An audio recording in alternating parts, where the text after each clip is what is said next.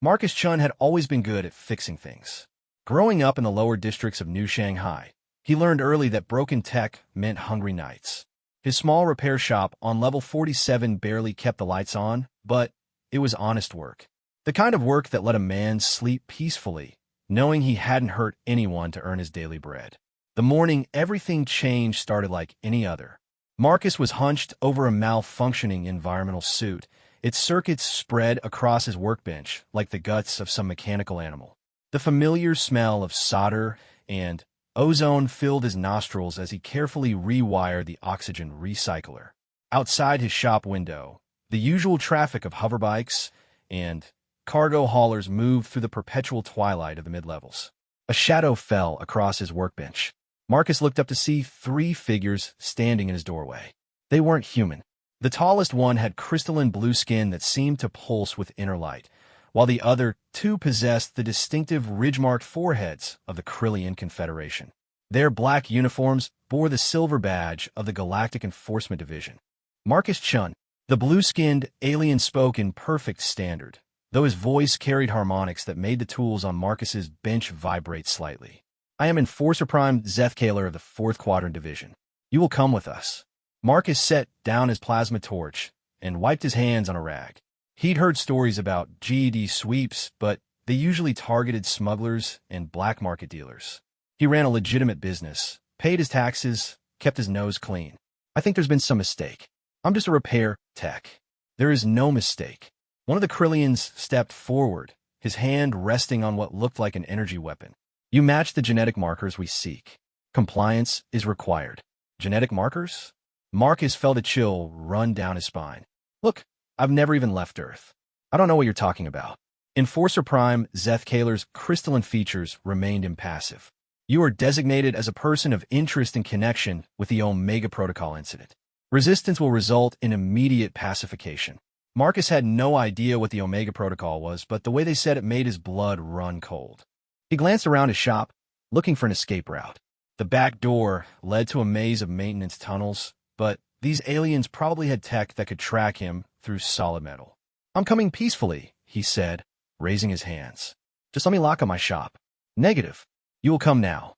As they escorted him toward their transport, a sleek vessel that looked like it could slice through atmosphere like a knife, Marcus caught sight of his reflection in the shop window. He looked exactly like what he was, a 32-year-old human male with calloused hands and grease under his fingernails. Nothing special. Nothing that should interest galactic law enforcement. The transport's interior was sterile and bright, with seats that molded themselves to his body as he sat down. Through the viewport, he watched Earth shrink to a blue marble, then disappear entirely as they entered hyperspace. The stars stretched into lines of light, and Marcus felt his stomach drop as the reality hit him. He was leaving everything he'd ever known behind. "Where are you taking me?" he asked. "Sector Command Station Helix," Zethkaler replied without looking at him. "You will be processed there." "Processed for what?" The alien silence was answer enough. The journey took 18 standard hours. Marcus tried to sleep, but his mind kept racing. He thought about Mrs. Patterson, who brought him her late husband's pocket watch every few months for cleaning. She'd probably wait outside his shop tomorrow, wondering why it wasn't open. He thought about the environmental suit on his workbench, half repaired. Its owner needed it for his job on the asteroid mines. Without it, the man couldn't work. These thoughts seemed small and far away now, but they anchored him. They reminded him who he was, just a guy who fixed broken things for people who needed them fixed. Sector Command Station Helix was massive, a sprawling complex of interconnected modules that could have housed a small city. As their transport docked, Marcus saw dozens of other ships coming and going. Most flew the flags of various alien governments, but he spotted a few human vessels mixed in. That gave him a small measure of comfort. The processing center looked like every government building Marcus had ever seen. Lots of waiting areas, numbered doors, and beings standing in lines looking frustrated. The difference was that most of those beings had tentacles, scales, or extra eyes. They put him in a holding cell that was surprisingly comfortable. The walls were a soft gray that seemed to shift colors slightly when he wasn't looking directly at them. A small alcove provided basic necessities, and the bed was actually more comfortable than the one in his apartment back home. Hours passed. Marcus counted the meals, 3 standard rations that tasted like nothing but provided adequate nutrition. He was starting to wonder if they'd forgotten about him when the cell door finally opened. A new alien entered, this one humanoid, but with silver skin and eyes like black diamonds. She wore a different uniform, white with gold trim instead of the black he'd seen before. Her movements were precise, economical, like someone accustomed to being in charge. "Mr. Chun, I am Director Valthera of Special Investigations. I apologize for the delay. There were certain protocols that needed to be observed before we could speak." Marcus stood up from the bed. "Maybe you can explain what this is about? Because I'm pretty sure you've got the wrong guy." Director Valthera's expression was unreadable. "I'm afraid that's exactly what we need to determine. Tell me, Mr. Chun, what do you know about your parents?" "They died when I was 3. Shuttle accident. I grew up in the state homes." Marcus frowned. "What does this have to do with anything? Your genetic profile contains certain anomalies, markers that shouldn't exist in baseline human DNA." She paused, studying his face.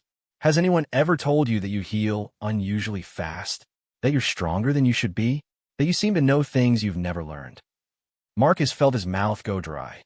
The time he'd fallen 3 stories while repairing a building's exterior and walked away with only bruises.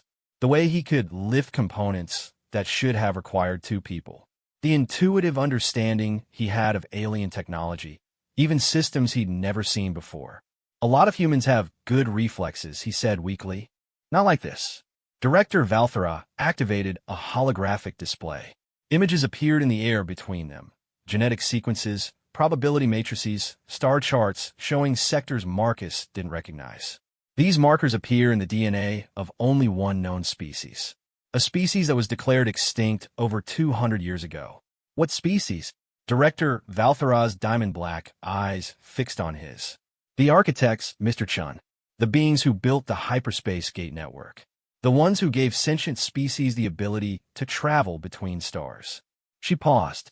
"The ones who disappeared overnight, leaving behind only ruins and technology we still don't fully understand."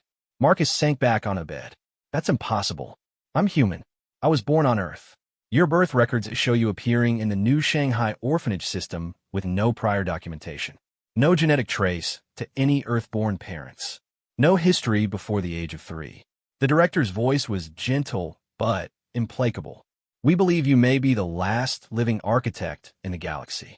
The words hit Marcus like a physical blow. Everything he'd thought he knew about himself, about his life, crumbled in an instant.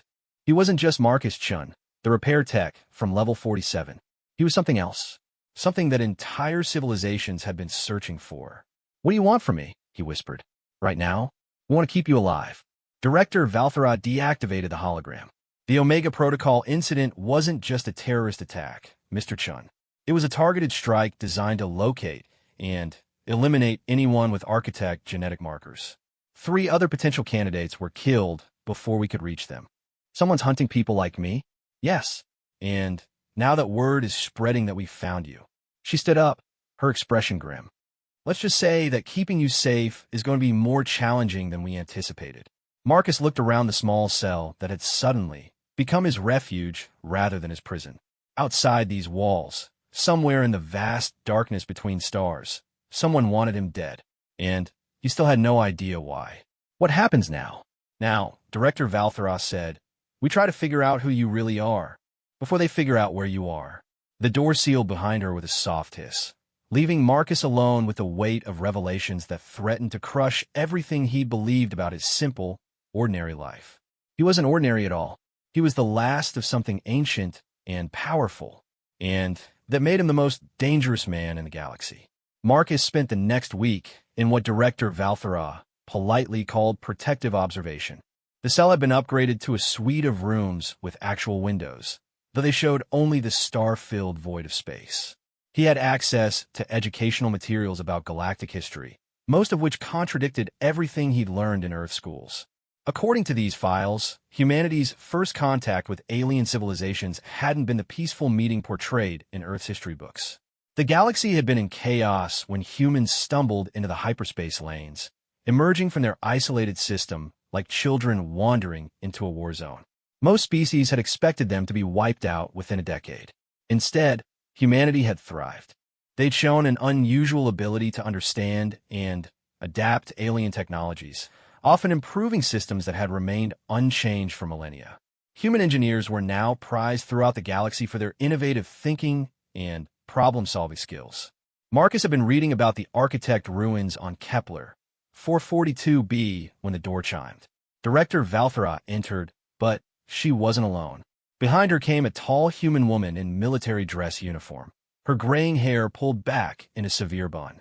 "Mr. Chun, this is Admiral Sarah Kowalski of the Seoul Defense Force. She's here to discuss your situation." Admiral Kowalski studied Marcus with sharp blue eyes. "Son, I'm going to be direct with you. Earth's government wasn't consulted before the GED grabbed you. We're not happy about one of our citizens being detained without due process." Marcus stood up from his reading chair. "Does that mean I can go home?" "That's complicated." The Admiral's expression softened slightly. "We've reviewed the genetic analysis. The science boys confirm what Director Valthera told you. You're not entirely human, Mr. Chun. That changes things from a legal standpoint. I was born on Earth. I have Earth citizenship papers. Forged ones, apparently." Director Valthera activated another hologram. "We've traced your insertion into Earth systems. Someone went to great lengths to create a false identity for you. Someone with access to very advanced technology." The holographic display showed identity records being created, birth certificates being backdated, genetic samples being altered in database after database. It was a meticulous operation that must have taken years to complete. "Who would do this?" Marcus asked. "That's what we're trying to determine." Admiral Kowalski moved closer to the display. "What we know is that approximately 30 years ago, someone placed you in the Earth system with a completely fabricated background. They gave you human memories, human emotional responses, human behavioral patterns. But they couldn't change your fundamental genetic structure." Marcus felt a chill. "Are you saying my memories aren't real?" "Your memories are real," Director Valthera assured him. "But they may not be naturally acquired. We believe someone used advanced neural programming to give you a human identity." The words hit Marcus like physical blows. His childhood in the orphanage, learning to repair electronics from Old Man Kim, the pride he'd felt when he finally saved enough money to open his own shop. Were all of those experiences artificial? "Why would someone do this to me?" "Protection, most likely," Admiral Kowalski said. "Think about it. The architects were the most advanced species in galactic history. Their technology is still centuries ahead of anything we understand. If someone knew the architect purges were coming, hiding the last survivor would make sense." "Purges?" Director Valthera's expression darkened. "We haven't told you the full story about your people's disappearance. They didn't just vanish overnight. They were systematically hunted and eliminated by an organization called the Void Collective." A new hologram appeared, showing star charts with highlighted systems. Red markers indicated former architect colonies, all of them now empty ruins.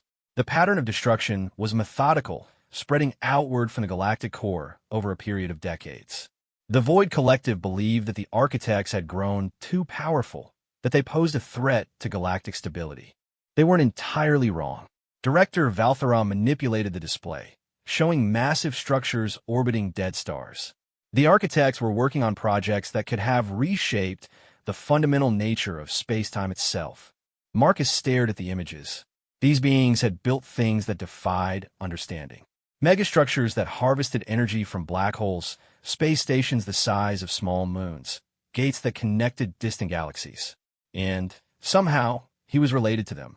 "The Omega Protocol incident last month was our first sign that the Void Collective was active again," Admiral Kowalski continued.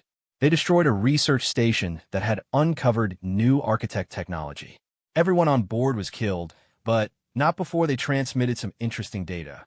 The hologram shifted to show the wreckage of a space station. The destruction was total, twisted metal and debris floating in the void. But embedded in the image were scanner readings, energy signatures that made Marcus's breath catch. He recognized those patterns. "You know what this is?" Director Valthera observed, watching his face. It's a resonance cascade pattern. The kind you get when hyperspace field generators are improperly aligned." Marcus spoke without thinking, the knowledge rising from someplace deep in his mind. "But this pattern is way too complex for standard drive systems. This looks like..." He paused, tried to process what he was seeing. This looks like they were trying to create a stable wormhole to another galaxy. Both women stared at him. How could you possibly know that? Admiral Kowalski asked. Marcus felt a strange disconnection, as if someone else was speaking through him. The field equations are obvious once you account for extra-dimensional bleed-through. You need at least 17 synchronized generators to maintain stability across galactic distances and the power requirements. He stopped, realizing what he was doing. I have no idea how I know this. Genetic memory, Director Valtheros said quietly. The architects encoded their knowledge into their DNA.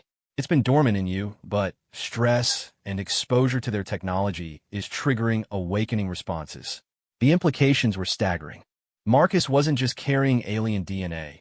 He was carrying an entire civilization's accumulated knowledge and experience. Every technological breakthrough, every scientific discovery, every piece of engineering wisdom the architects had developed over millions of years. This is why the Void Collective wants you dead, Admiral Kowalski said.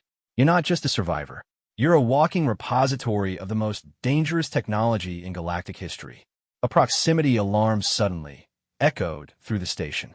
Red lights began flashing, and automated announcements filled the air in multiple languages. Director Valtheros' communicator crackled to life with urgent reports. Director, we have multiple incoming signatures on long-range sensors. Configuration matches Void Collective battle cruisers. Estimated arrival in 6 hours. Marcus felt his blood turn to ice. They found me. Not necessarily, Admiral Kowalski said, but her hand had moved to her sidearm. This station processes thousands of detainees every month. They might be here for someone else. Director Valtheros was already moving toward the door. We can't take that chance. I'm ordering immediate evacuation protocols. Mr. Chun, you're being transferred to a secure facility in the Proxima system. What about everyone else on the station? They'll evacuate as well, but to different locations. We need to scatter potential targets to minimize casualties. As they hurried through the station's corridors, Marcus saw the organized chaos of a military evacuation. Personnel were securing sensitive materials, civilians were being loaded onto transport ships, and defense systems were powering up for what might be a last stand.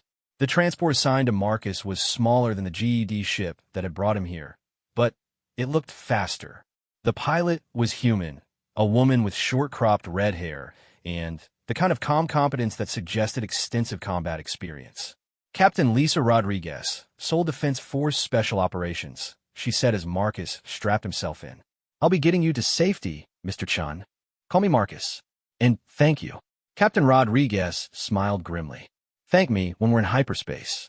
These Void Collective ships are nasty customers. As their transport pulled away from the station, Marcus watched through the viewport as other ships scattered in different directions.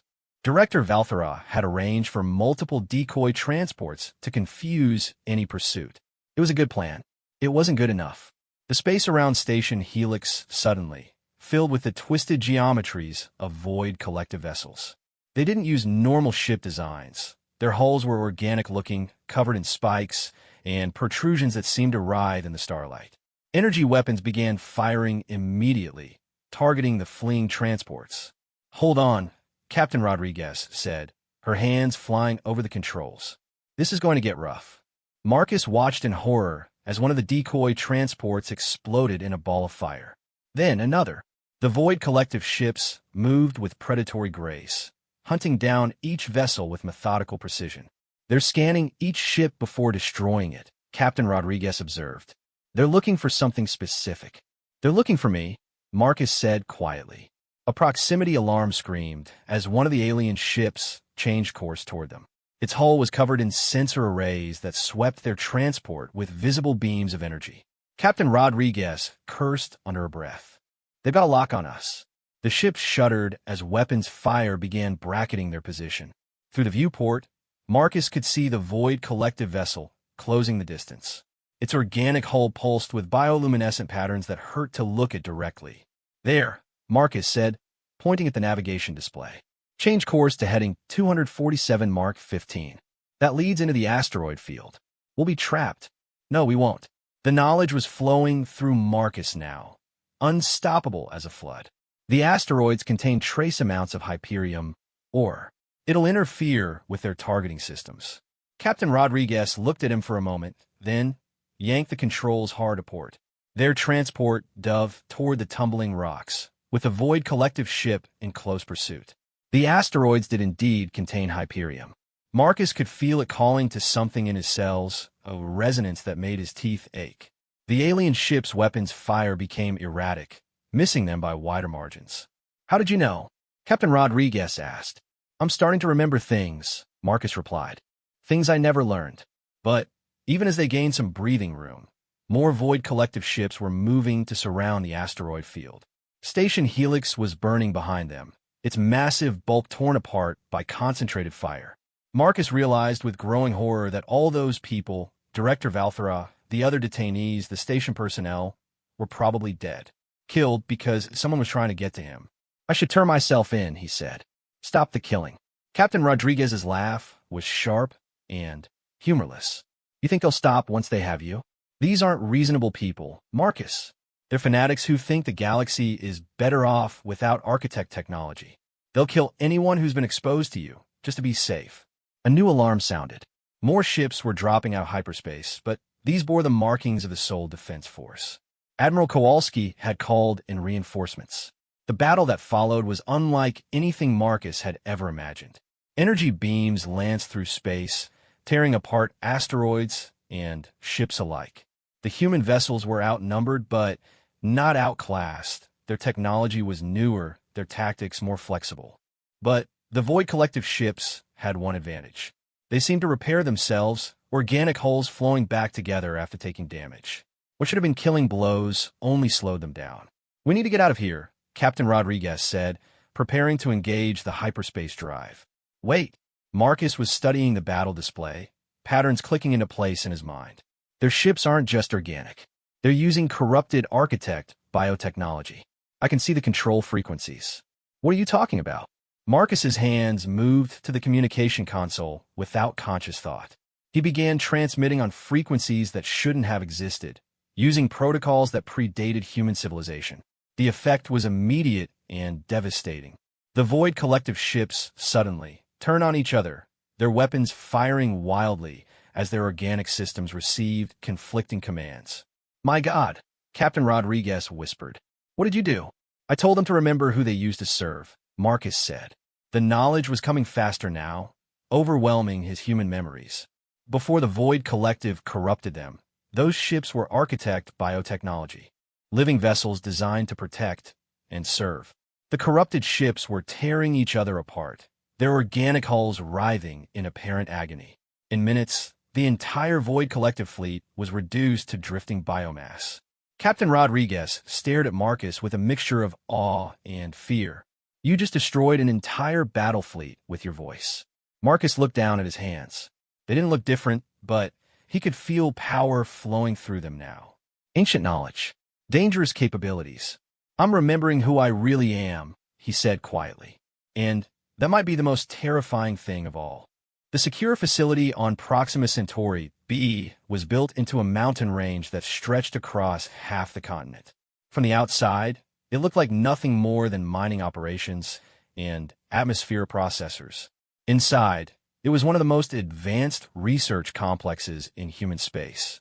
Marcus had been there for 2 months, undergoing tests that seemed designed to map every molecule of his being. The scientists were polite, but persistent, studying his DNA, his brain patterns, his cellular structure. They wanted to understand what made him different, what made him dangerous. Dr. Elizabeth Harper, the facility's chief xenobiologist, had become his primary contact. She was a small woman with prematurely gray hair and the kind of intense focus that suggested she'd rather be in a laboratory than anywhere else in the universe. "Your cellular regeneration rate is approximately 40 times normal human baseline," she told him during one of their daily briefings. "You heal from injuries that would be fatal to most people. Your neural pathways are developing new connections at an unprecedented rate. And your DNA," she paused, shaking her head. "Your DNA is rewriting itself." Marcus looked up from the quantum physics textbook he'd been reading. 3 months ago, the equations would have been meaningless symbols. Now they flowed through his mind like poetry. rewriting itself how dormant gene sequences are activating. Junk DNA that we thought was evolutionary garbage is expressing proteins we've never seen before. Dr. Harper activated a holographic display showing the double helix of his genetic structure. It's like your body is following some kind of predetermined development program. Maybe it is.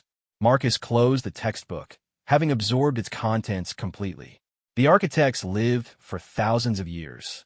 Their development cycle was probably much longer than humans. Is that your opinion, or your genetic memory speaking? It was a question Marcus had been wrestling with for weeks. Where did Marcus Chun end, and the architect consciousness begin? Sometimes he wasn't sure anymore. The memories were coming more frequently now. Glimpses of vast cities that floated between dimensions, conversations with beings of pure energy, the weight of responsibility for an entire galaxy's development. Does it matter? He asked. Before Dr. Harper could answer, alarms began blaring throughout the facility. Emergency lighting bathed the corridors in red, and automated voices announced a facility-wide lockdown. Captain Rodriguez appeared in the doorway, her hand on her weapon. "We need to move. Now." "What's happening?" Marcus asked, but he already had a sinking feeling he knew. Long-range sensors picked up hyperspace signatures. Void collective ships moving this way fast. Captain Rodriguez was checking her equipment as she spoke. "Admiral Kowalski thinks they've been tracking you somehow. Every time you use your abilities, you light up like a beacon." Dr. Harper was gathering data tablets and research files. The biotechnology you commandeered at Station Helix. Using those frequencies might have created some kind of resonance signature. They could be following the quantum wake. Marcus felt a chill run through him. "You're saying every time I access my inherited knowledge, I'm telling them where to find me?"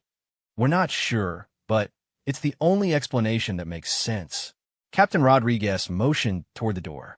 "We can figure out the details later. Right now, we need to get you to the evacuation point." As they moved through the facility's corridors, Marcus could see the organized chaos of another emergency evacuation. Scientists were purging data servers, security personnel were preparing defensive positions, and civilians were being loaded onto transport vessels. "How many people?" Marcus asked. "What?" Captain Rodriguez looked back at him. "How many people work at this facility?" "About 3,000. "What?" Marcus stopped walking. 3,000 people who are going to die because someone wants to kill me. "Marcus, we don't have time for this." Dr. Harper grabbed his arm. "The ships will be here in less than an hour." "No." Marcus pulled away from her. "I'm done running. Every time we run, more innocent people get hurt. Station Helix. Now here. When does it end?" Captain Rodriguez turned to face him fully. "When you're dead. That's when it ends. Is that what you want?" Marcus looked around at the bustling corridor, full of people preparing to abandon their lives and work because of him. Many of them had families, children, dreams that would be disrupted by this evacuation. Some might not survive the journey to whatever refuge had been prepared for them. There has to be another way. "Like what?" Dr. Harper asked. The answer came to Marcus from the deepest parts of his awakening consciousness. Architect knowledge that had been waiting millions of years to be used again. The facility's power core. It's a Mark 7 fusion reactor, isn't it? Yes, but what does that have to do with anything? The reactor uses magnetic containment fields to control the fusion reaction. With some modifications, those same fields could be used to create a localized hyperspace distortion. Captain Rodriguez frowned. "English, please. I can turn this entire facility into a weapon. Not just any weapon, an architect weapon." Marcus was seeing the possibilities now, the equations flowing through his mind like water. "But it would require me to interface directly with the reactor core." "That's suicide," Dr. Harper said immediately. "The radiation alone would kill you in minutes." "Not me. My cellular structure is different now. I could survive long enough to complete the modifications." Marcus paused. "The question is whether I should." The three of them stood in the corridor as personnel rushed past, each carrying pieces of their lives in hastily packed bags. The weight of the decision pressed down on Marcus like a physical force. "What kind of weapon are we talking about?" Captain Rodriguez asked quietly. Marcus closed his eyes, accessing memories that weren't his own. A spatial fold. It would create a localized distortion in space-time, essentially creating a pocket dimension around this facility. Anything caught in the field would be displaced. Displaced where? Somewhere else. Someone else. The calculations are complex, but essentially it would remove the threat by sending it outside normal space-time. Dr. Harper stared at him. You're talking about technology that violates every law of physics we understand. Human physics, yes. But the architects had a more complete understanding of how the universe works. Marcus opened his eyes.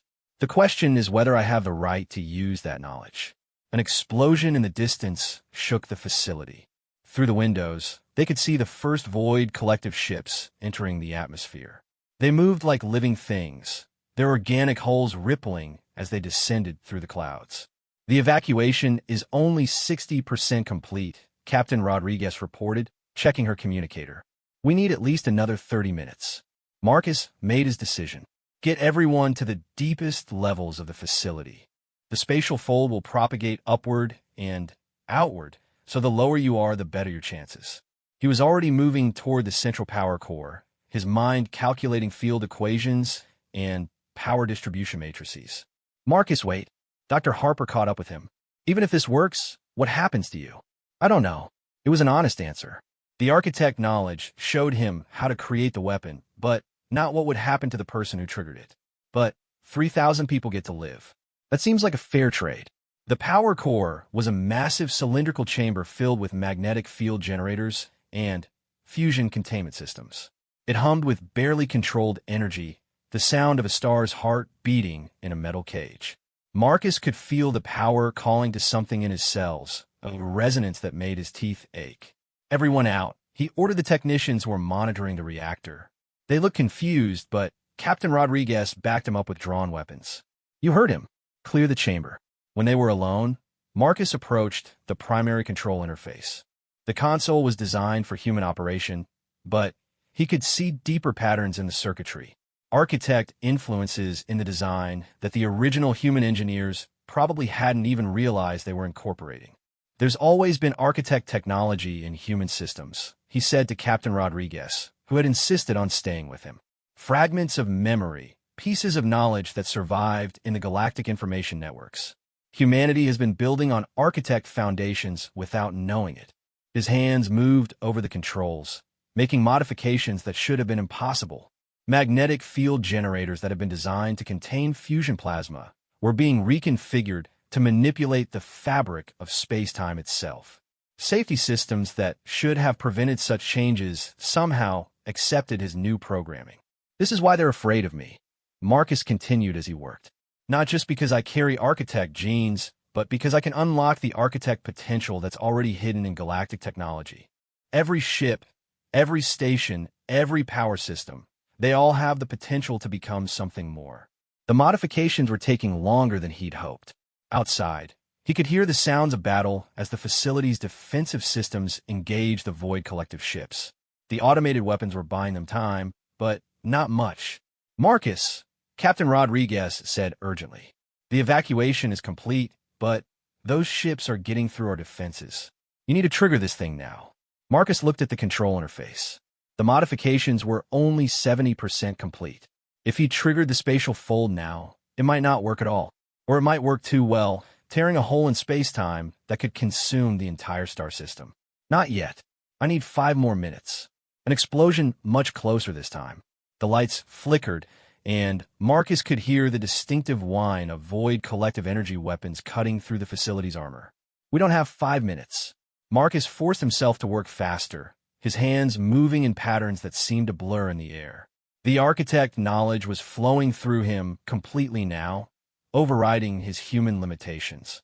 He could see the mathematical relationships between matter and energy, space and time, thought and reality. The power core's hum was changing pitch, rising to frequencies that made the metal walls vibrate. Energy readings on the control displays were climbing toward levels that should have been impossible for any human-built reactor. Warning, the facility's computer announced. Core temperature exceeding safe parameters. Recommend immediate shutdown. Ignore it, Marcus said, sweat beading on his forehead from the effort of holding the increasingly unstable modifications together. The reactor is being converted into something it was never meant to be. The safety systems don't know how to interpret the readings. Captain Rodriguez was monitoring her communicator. They've breached the upper levels. Estimate 3 minutes before they reach this section. Almost there. Marcus could feel the spatial distortion beginning to form around the reactor core. Reality was becoming soft, flexible. The air shimmered with possibilities that existed at the edge of perception. The door to the chamber exploded inward. Void Collective soldiers poured through the gap, beings that looked like they had once been various alien species, but were now converted into something else. Their organic armor pulsed with bioluminescent patterns, and their weapons were integrated directly into their bodies. Captain Rodriguez opened fire immediately, her energy rifle cutting down the first 2 attackers. But there were more behind them, and they moved within human coordination. Marcus, 10 more seconds. Marcus's hands flew over the final controls, completing the modifications even as energy bolts sizzled past his head. The spatial distortion was building, reality warping around the power core like water around a stone. One of the Void Collective soldiers made it past Captain Rodriguez's defensive fire. It raised a weapon that looked like it had grown from its own arm, targeting Marcus directly. Marcus completed the final modification and slammed his hand down on the activation control. The universe folded. Reality bent inward on itself, space and time becoming confused about which direction was up. The Void Collective soldiers, the facility, the attacking ships above, everything within a 3-kilometer radius suddenly existed in multiple dimensions simultaneously. Marcus felt himself being pulled in directions that didn't have names. His consciousness stretched across infinite possibilities. He could see the Void Collective ships tumbling through fractured space-time, their organic hulls unable to adapt to environments where the laws of physics change from moment to moment. But he could also see the facility's personnel, safe in the deep levels where the spatial distortion couldn't reach them. They would live. That made everything else worthwhile. As reality reasserted itself, and the folded space collapsed back into normal dimensions, Marcus found himself standing alone in what remained of the power core chamber. The reactor was gone, along with most of the upper facility. The Void Collective ships had vanished entirely, displaced to whatever corner of space-time the fold had deposited them. Captain Rodriguez was sitting against a wall, her uniform torn but her eyes bright with amazement. "Did we win?" she asked. Marcus looked around at the devastation. The weapon had worked, but at a cost he was only beginning to understand. The architect knowledge that had saved them was also changing him, making him less human with each use. "We survived," he said, "but I don't think this is over." In the distance, he could hear rescue teams calling out, searching for survivors. They would rebuild. They would adapt. They would continue to grow and explore and dream the way humans always did. But somewhere in the void between dimensions, other forces were watching. The Void Collective was just one threat among many. And Marcus was beginning to realize that his awakening consciousness was drawing attention from powers that made the collective look like children playing with dangerous toys. The real war was just beginning. 3 months after the Proxima incident, Marcus found himself in a place that shouldn't have existed. The Architect Archive was a massive structure hidden in the space between dimensions, accessible only through coordinates that existed in his awakening genetic memory. It had taken him weeks to figure out how to open the dimensional gateway, and even longer to work up the courage to step through it. The archive was beautiful in a way that hurt to look at directly. Crystalline spires stretched impossibly high, their surfaces containing what looked like flowing information rather than solid matter. Gardens of geometric patterns grew between buildings that existed in more than 3 dimensions. The air tasted of mathematics and ancient dreams. Marcus wasn't alone in his exploration. Dr. Harper had insisted on accompanying him, along with a small team of researchers from various human universities. Admiral Kowalski had assigned Captain Rodriguez as military liaison, though what good conventional weapons would do in a place like this was questionable. "The quantum readings are off the charts," Dr. Harper reported, scanning their surroundings with instruments that barely functioned in the archive's altered physics. "This place exists partially outside normal space-time. It's like a museum that stores information in the fabric of reality itself." Marcus approached one of the crystalline spires. As his hand neared its surface, The crystal lit up with flowing symbols that seemed to speak directly to his consciousness. Images flooded his mind, star charts showing the galaxy millions of years ago, when the architects had built their great civilization. They weren't just advanced, he said, stepping back from the overwhelming data flow. They were gardeners. They seeded planets with life, guided the development of younger species, maintained the balance between order and chaos. He paused, processing what he'd seen. They saw themselves as caretakers of reality itself. Captain Rodriguez was examining what looked like a weapon display, though the devices were unlike anything in her experience. So what went wrong? Why did the Void Collective target them for extinction? The answer came from another spire as Marcus touched its surface. This time, the visions were darker. He saw architect-scientists working on projects that stretched the boundaries of possibility. Experiments with parallel dimensions. Attempts to create artificial universes. Research into the fundamental code that governed existence itself. They went too far, Marcus said, his voice heavy with inherited memory. Some faction of the architects believed they could improve upon the basic structure of reality. They wanted to rewrite the laws of physics, eliminate death and suffering, create a perfect universe where nothing could go wrong. That doesn't sound evil, Dr. Harper observed. It doesn't, does it? Marcus moved to another display, his understanding deepening with each contact. But perfection is static. A universe without conflict, without struggle, without the possibility of failure is also a universe without growth, without discovery, without life. The images were becoming clearer now. He saw architects' cities where nothing ever changed, where beings lived for millions of years in perfect contentment, but never created anything new. He saw experiments that tried to eliminate randomness from quantum mechanics, creating pockets of space where genuine surprise was impossible. The Void Collective formed as a reaction to this, Marcus continued. Multiple species working together to prevent the architects from imposing their version of perfection on the galaxy. They weren't necessarily evil. They were trying to preserve the possibility of authentic existence. Captain Rodriguez frowned. Then, why are they trying to kill you? You haven't tried to rewrite reality, haven't I? Marcus gestured toward the archive around them. I created a spatial fold weapon. I turned facility defenses against collective ships by speaking to them in frequencies that shouldn't exist. Every time I use architect knowledge, I'm proving that their power still exists in the galaxy.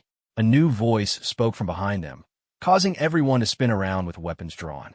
And that terrifies them more than anything else. The speaker was humanoid, but clearly not human. Her skin had a translucent quality that revealed flowing patterns of light beneath the surface. Her eyes held depths that seemed to contain entire galaxies. She wore robes that shifted color depending on the angle of observation. I am Keeper Wissandra, she said, apparently unbothered by the weapons aimed at her. I'm the last guardian of this archive, and I've been waiting for you, Marcus Chun. Waiting for how long? Marcus asked, though something deep in his genetic memory already knew the answer. Approximately 200,000 years, give or take a few millennia. Keeper Wissandra moved through the group with fluid grace, approaching one of the information spires. I was tasked with preserving this knowledge until an heir to the architect legacy could be found. Dr. Harper lowered her scanner. You're saying you've been alive for 200,000 years. Alive is a relative term. I exist. I maintain. I wait. The Keeper touched the spire, and new displays activated throughout the archive. When the architect's civilization fell, a few of us remained behind to ensure their knowledge wouldn't be lost entirely. We knew that someday, their genes would resurface in a new form. Marcus felt a chill. You knew about me before I was born. We guided your creation. Keeper Wysander's expression was unreadable. When it became clear that the purges would eliminate all remaining architects, we preserved genetic samples and implanted them in compatible species across the galaxy. Hundreds of attempts were made. You are the only one that survived to maturity. The revelation hit Marcus like a physical blow. I'm not just the last architect. I'm an artificial creation. You are what you choose to be, the Keeper replied. Your genes may be engineered, but your consciousness is your own. Your choices define who you are, not your origin. Captain Rodriguez kept her weapon trained on the Keeper. Why reveal this now? Why not leave him alone to live his life? because the time for hiding is over. Keeper Ysandra activated a massive display that showed real-time star charts of the galaxy. Red markers indicated void collective activity, and there were far more of them than Marcus had imagined. The collective has spent 2 centuries converting other species to their cause. They now control over 40% of inhabited systems. Marcus studied the display with growing horror. The red markers weren't just military bases. They were entire civilizations that had been absorbed into the collective's ideology. Planets where individual consciousness had been suppressed in favor of group mind unity. Systems where creativity and innovation had been eliminated as sources of dangerous unpredictability. "They're winning," he said quietly. "They were winning," the Keeper corrected. "Your awakening has changed the balance. For the first time in 200,000 years, genuine architect knowledge is active in the galaxy again. The collective's stranglehold on technological development is threatened." Dr. Harper was examining readings from her instruments. The energy signatures coming from this place, if the collective could detect them, they can, Keeper Ysandra confirmed. This archive exists partially in normal space. Extended use of its systems creates quantum resonances that can be detected across galactic distances. She paused. "They know you're here, Marcus-chan, and they're coming." As if summoned by her words, proximity alarms began echoing through the archive. But these weren't the electronic warnings of human technology. These were harmonic patterns that seemed to emerge from the very structure of the dimensional pocket itself. "How long do we have?" Captain Rodriguez asked. "Perhaps 6 hours. The collective has developed new tracking technologies specifically designed to locate architect signatures." The Keeper moved to what appeared to be a control interface, her hands dancing over surfaces that responded to her touch with cascades of light. "But that gives us enough time." "For what?" "To complete your education." Keeper Ysandra turned to face Marcus directly. "You have accessed fragments of architect knowledge through stress and necessity, but you have never experienced the full scope of what you carry within you.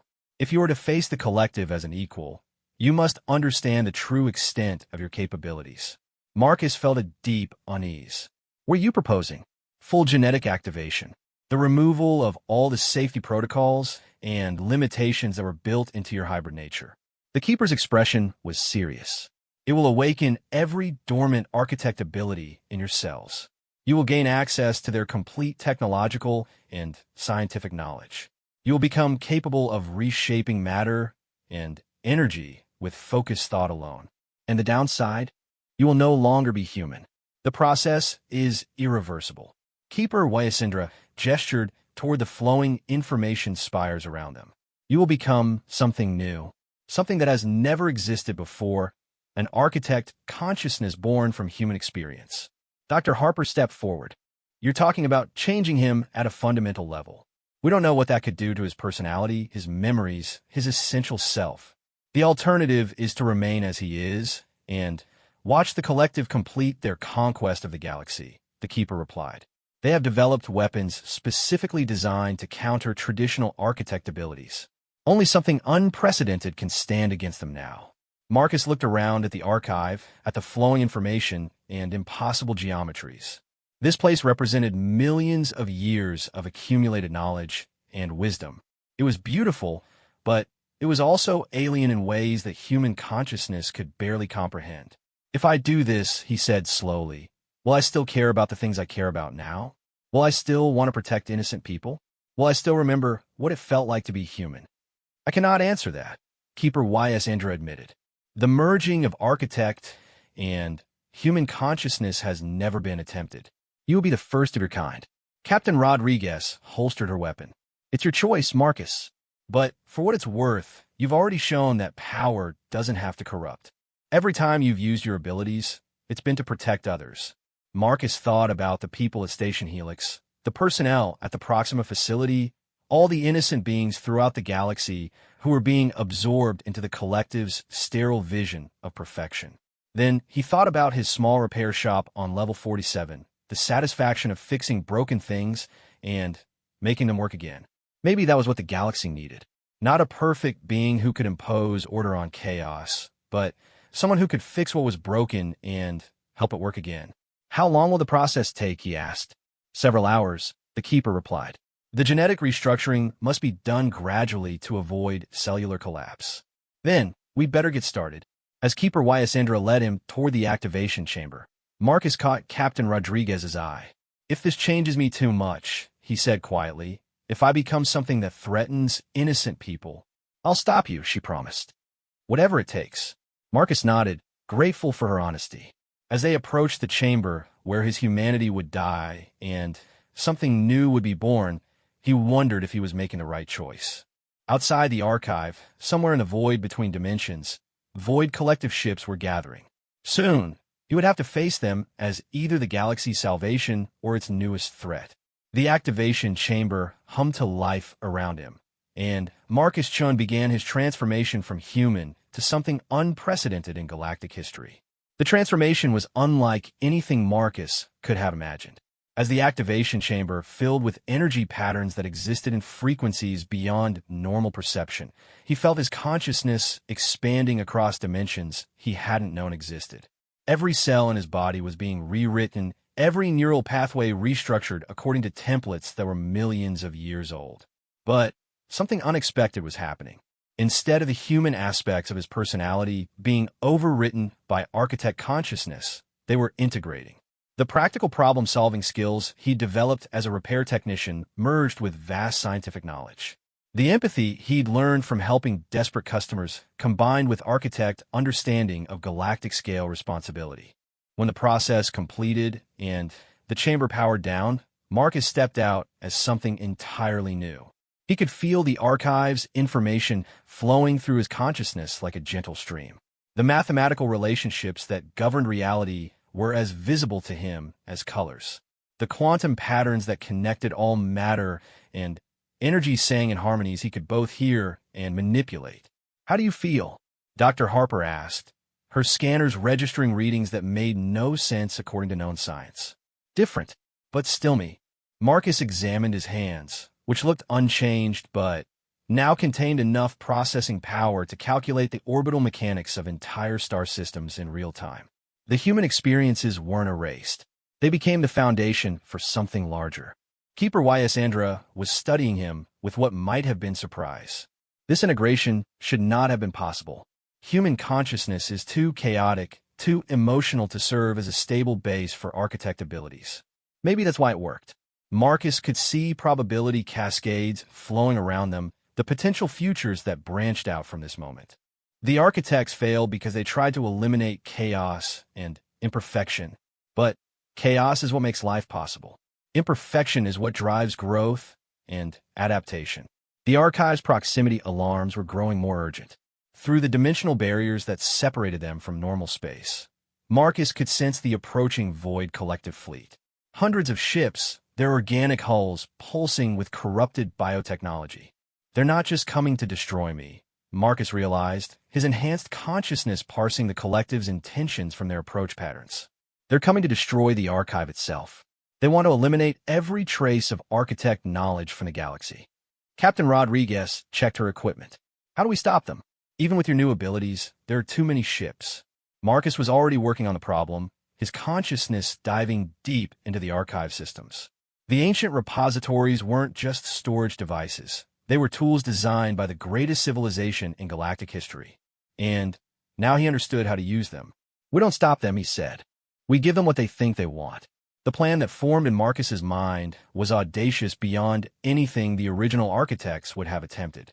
It required him to access every system in the archive simultaneously, to manipulate probability and causality on a scale that could reshape the fundamental nature of local space-time.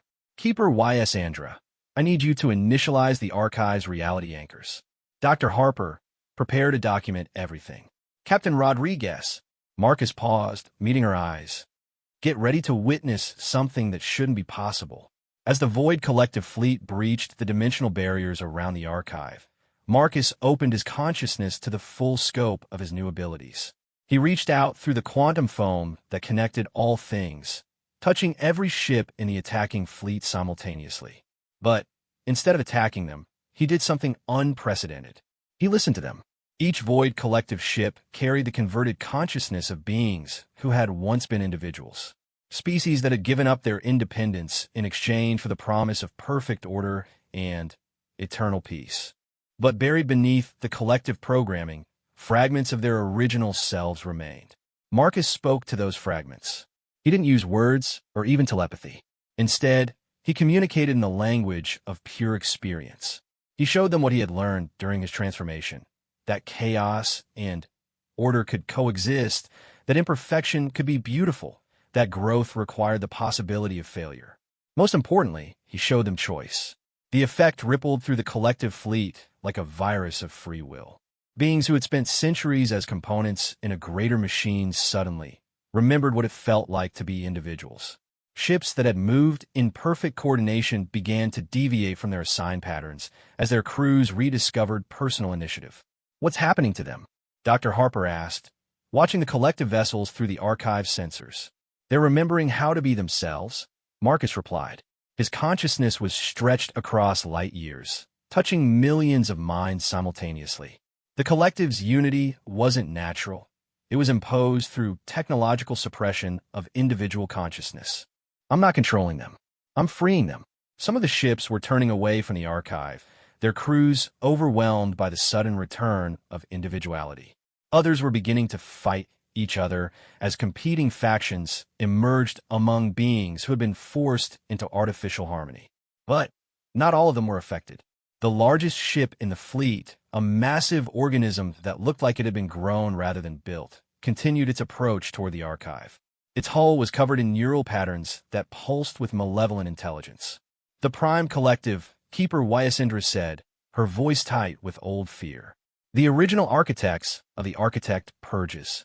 They were never fully organic beings. They were always a collective consciousness. Your liberation technique cannot work on minds that were never individual." Marcus could feel the Prime Collective's presence like a weight pressing against his consciousness. It was vast, ancient, and utterly committed to its vision of perfect order. It had spent 200,000 years hunting down every trace of architect knowledge, convinced that such power was too dangerous to exist. "It's not wrong," Marcus said quietly. "Architect power is dangerous. In the wrong hands, it could unravel the fabric of reality itself." "Then what do we do?" Captain Rodriguez asked. Marcus looked around the archive one last time, memorizing the flowing patterns of information and the impossible beauty of crystalline knowledge made manifest. Then he made his choice. "We prove that dangerous power can be used responsibly." Instead of fleeing or fighting, Marcus opened a communication channel directly to the Prime Collective. When the alien consciousness touched his mind, it felt like being examined by living mathematics. "Architect Air," the collective's voice resonated through dimensions. "You will be eliminated. Your knowledge will be destroyed. Order will be preserved." "I'm not going to fight you," Marcus said.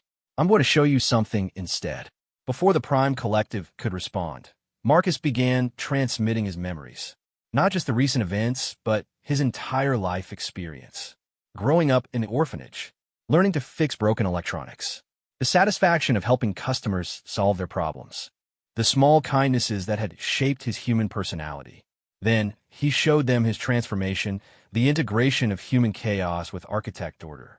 He let them feel what it was like to carry infinite power while still caring about individual suffering. He demonstrated how knowledge could be a tool for healing rather than domination. "This is impossible," the Prime Collective responded, but Marcus could sense uncertainty in its vast consciousness. "Power corrupts. Order requires control. Human experience says otherwise," Marcus replied. "Power can corrupt, but it doesn't have to. Order can emerge from chaos without eliminating the possibility of choice." Through the archive sensors, he could see the Prime Collective ship slowing its approach. The neural patterns on its hull were fluctuating, processing information that challenged its fundamental assumptions. "You offer no proof," the collective said finally. "Only sentiment and hope." "Then, let me provide proof." Marcus reached out through the quantum foam once more, but this time his target was different. Instead of the Void Collective ships, he touched every inhabited world in the galaxy. Every species that had been struggling with the balance between individual freedom and collective responsibility. and he offered them a gift. Not control, not imposed order, but knowledge. The technical understanding needed to solve their most pressing problems. Clean energy systems for worlds ravaged by pollution. Medical knowledge to cure genetic diseases. Agricultural techniques to feed starving populations. But he gave this knowledge without strings attached. Each species, each world, each individual could choose how to use it. They could ignore it entirely if they wished.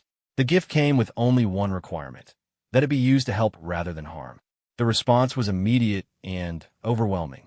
Across the galaxy, brilliant minds seized upon the new possibilities.